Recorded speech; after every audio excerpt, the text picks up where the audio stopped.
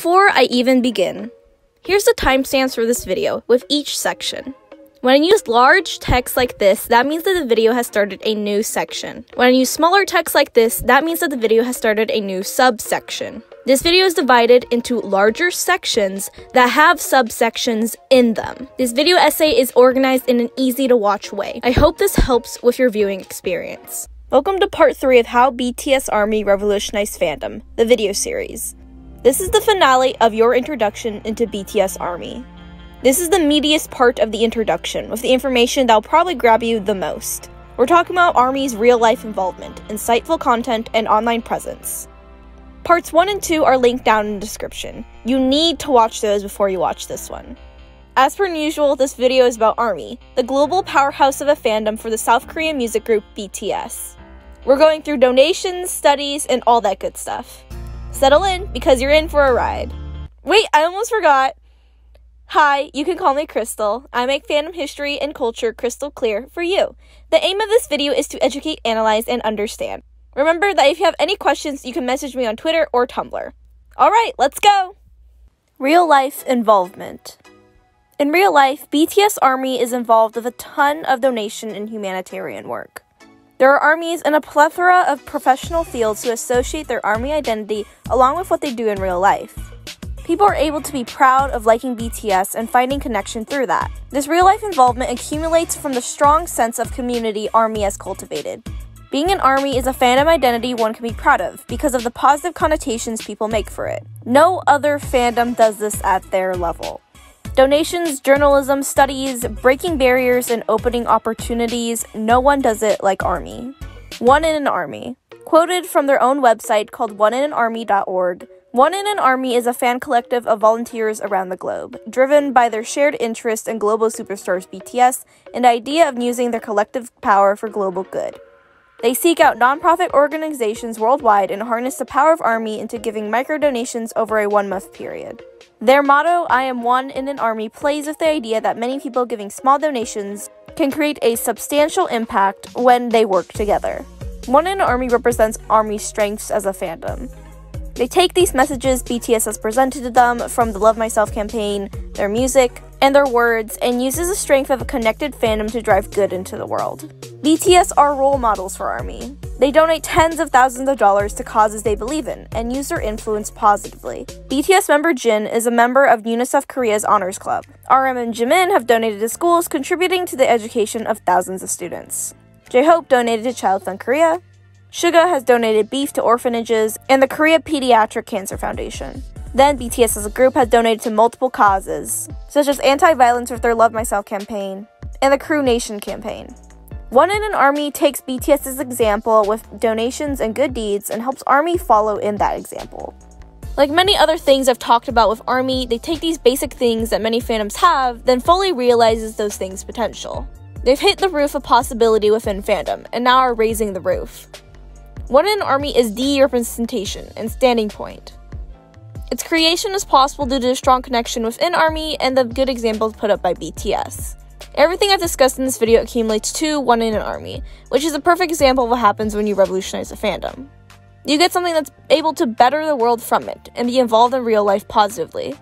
Journalism.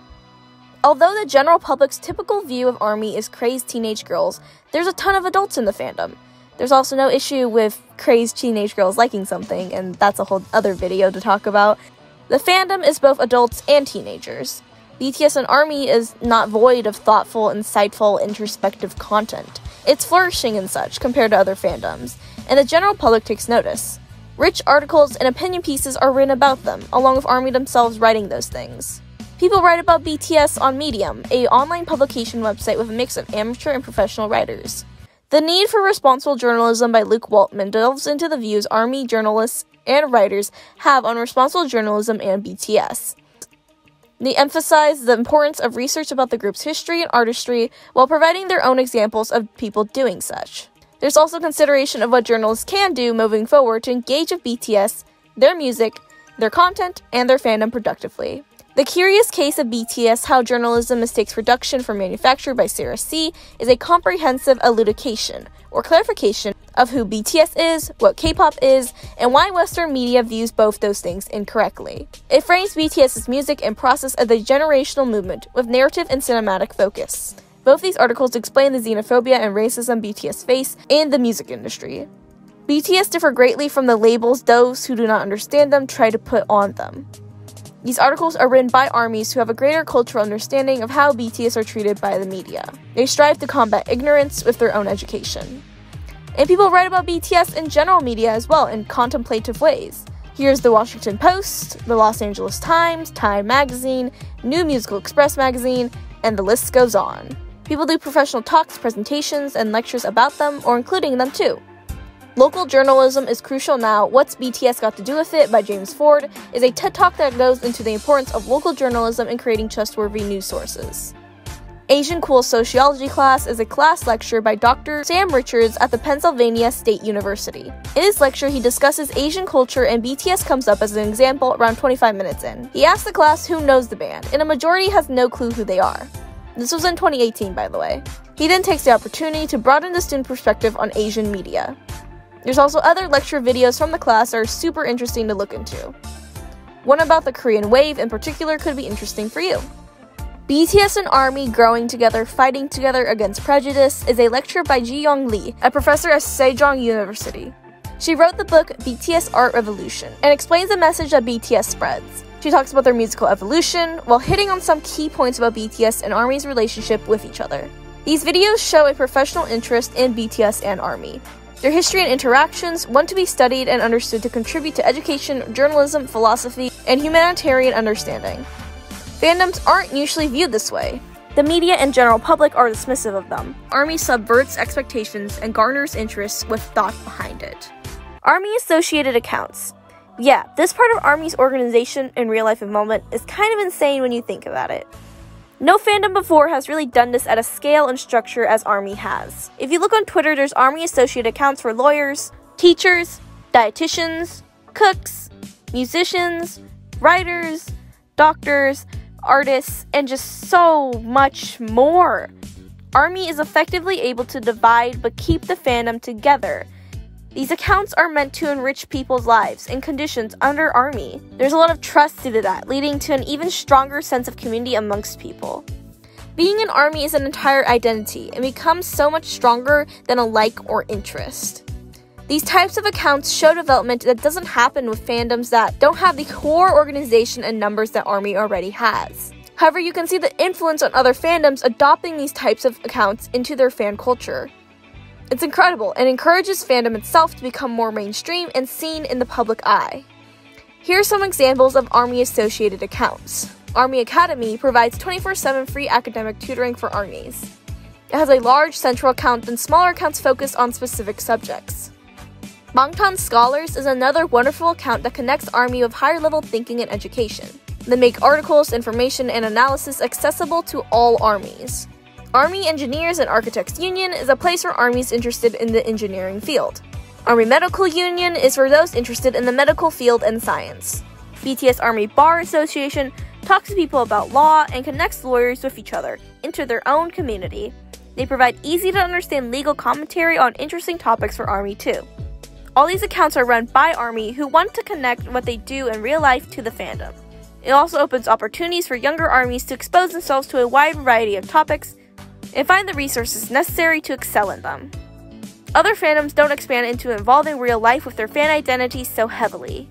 The gap between fan identity and real-life identity is usually a wide chasm, with fan identity being seen as strange, unordinary, and socially unacceptable. ARMY takes the idea and throws it away. If you are an ARMY, you can find like-minded people very easily. There's groups for all sorts of things, with all sorts of activities. There's no shortage of content or community interaction when it comes to ARMY. ARMY is not just a regular fandom that follows an interest. It's so much deeper than that. It's filled with people who love something very strongly and want to share that love with the world in a productive and positive way. Insightful content. BTS ARMY has a collection of dedicated people creating insightful and thoughtful content that is easily accessible for all. We talked about ARMY associate accounts, but these are groups and accounts that connect us to larger interests. These accounts here I want to highlight for focusing on creating insight for ARMY. You don't have to be an ARMY to understand their works. Also, there's some that I didn't include for time purposes. In a future video, we'll go through all these accounts, projects, and groups in depth. Borisok Vision is a multi-level organization dedicated to producing high-quality, insightful content about the Korean pop group BTS and their fans ARMY. They're unafraid to tackle difficult topics and encourage self-reflection within the fandom, both in their blog posts and magazine publications. They make an impressive online magazine with informative and considerate reporting, along with graphic design that's on par with those of actual magazines. They also run a blog with great detail that comes from people who are ARMYs themselves. They're educated in their own fan culture and write without the ignorance that normal media usually writes with. Borisok Vision has a magazine, but there's also a group of people solely focused on making an ARMY magazine that reports on the fan culture in an engaging way. It's well done with a lot of love and labor put into it. If we just scroll through it right now, you can see the incredible amount of information they cover thoughtfully. The Rhizomatic Revolution Review is an online, open-access, peer-reviewed journal focused on the impact of BTS. It is a registered non-profit 501c3 and publishes for educational purposes only. It's so cool. Please check out their website in the description. The work they're doing is beyond anything fandom could have comprehended only 5 years ago. They encompass different fields of study and make it incredibly accessible and understandable, and it's wonderful. Bangtan Lexicon is a working lexicon of all the vocabulary, references, and inside jokes needed to understand the world of BTS and ARMY. It's basically a vocabulary guide. The lexicon takes fandom jokes and phrases that typically would not be taken seriously, and defines each of those with honest intent. In an online fandom culture that doesn't usually make the effort to create introductory resources, the lexicon represents an increased interest in studying fandom culture. These little things that fandoms have not held to great importance before are now seen as essential and important to document and understand, or else will lose their meanings to the passage of time. Other fandoms simply don't do this. They don't make heavily detailed, edited, and designed online magazines with interviews and comprehensive awareness of what they're doing. They don't make journals and study their own culture to this degree. They don't make and push these introductory resources. ARMY constantly sets the example of what fandom can become when it chooses to engage with each other in ways they would engage with content outside of fandom culture. The fandom label stunts a lot of online communities from breaking out of a cycle of only fan content and interaction, and going into real life to connect what they do to what they do online. ARMY takes the fandom label and embraces it to include their own identities, interests, specialties, along with their fan identity. And back to ARMY content from part 2 of this video series, people have theory communities that do thorough research and analysis pertaining to BTS's music video story universe. For context purposes, this story universe begins with the music videos I Need You and Run. Then the story continues with short films, a webcomic, books called The Notes, and more music videos. The gist of the story is that BTS are a group of friends who lived their youth freely in high school, but soon broke away from each other as they grew up. On one night in particular, a sequence of bad events happens that enables one of the members, Jin, to time travel. The story follows him in time loops and trying to bring the members together and save them. It's complicated, but extremely interesting once you delve into it. ARMY Theorist Society is a fanbase for all theorist ARMYs. Its website of theory archives is dedicated to helping ARMYs worldwide enjoy analyzing and discussing theories together. The theories people make are heavily influenced by philosophy books BTS incorporate into their concepts and psychology. The website provides all these resources people can use for theorizing with more websites, PDFs, and translations. ARMY engages with a lot of higher-level thinking and attracts people who do that thinking. That's something a lot of fandoms lack because of the aforementioned stereotypes around fandom participants and just the lack of high-level thinking within the interest itself. In fandoms all around the internet, you can find these theorist communities and higher-level thinkers, but they are not able to excel to what ARMY has created. This entirely was unintentional as well. Big Hit never created anything within the fandom itself to garner these dedicated communities.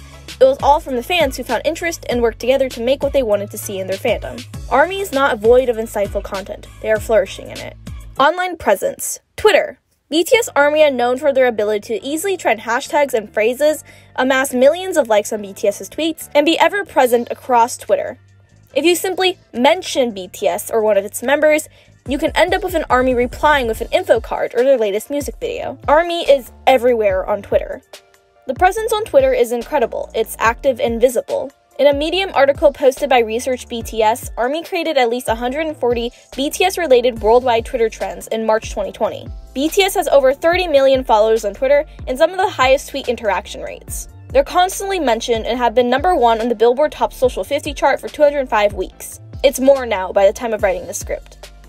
They're unrivaled in activity. In a Statistica infographic from November 2019, BTS received over 12.4 million mentions from November 11th to 17th, while having 22 million followers at the time. Compare that to Taylor Swift, who had over 560,000 mentions with 85.1 million followers, and Harry Styles, who had over 500,000 mentions with 33.6 million followers. They're simply unmatched on Twitter.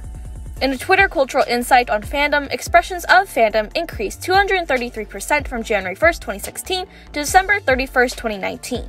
The competitive nature of fandom got nurtured during this time, in a large part due to ARMY. Voting became increasingly visible to people outside of fandom spaces, with people trending voting hashtags and encouraging others to vote so their favorite group could win awards. Fandom became accredited to empowering people and creating intense emotional attachments. Companies are able to see that, now beginning to take fandom power for social media clout and interactions. Fandom is power, it's numbers, and ARMY has both of those along with so much more. Tumblr. Tumblr has actually been on top of the game when it comes to recognizing the importance of fandom to its website culture. The Fandom on Tumblr account runs weekly reviews and records statistics about the trends on the website, putting importance on things general culture has been mainly dismissive of. They're shipping, right there. Yep, it's right there. Right there. Right. Yep, click there. Yep, there you go. There, right there. There's the list. Good job. BTS has managed to stay in the top 20 topics on Tumblr's weekly review for the past 3 years.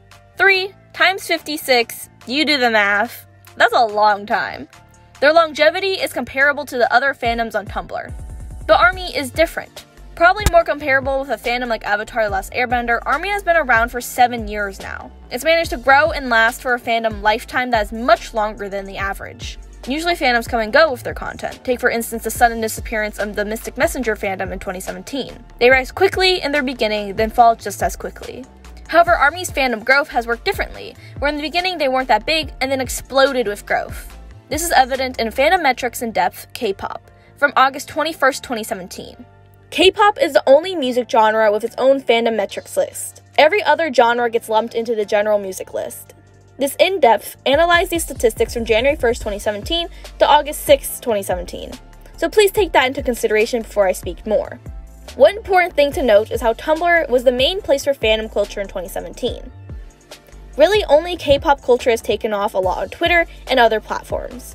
Older fandoms like Harry Potter, Marvel, and Super Hulock never made the major transition over to Twitter, and are still mainly on Tumblr as of 2020.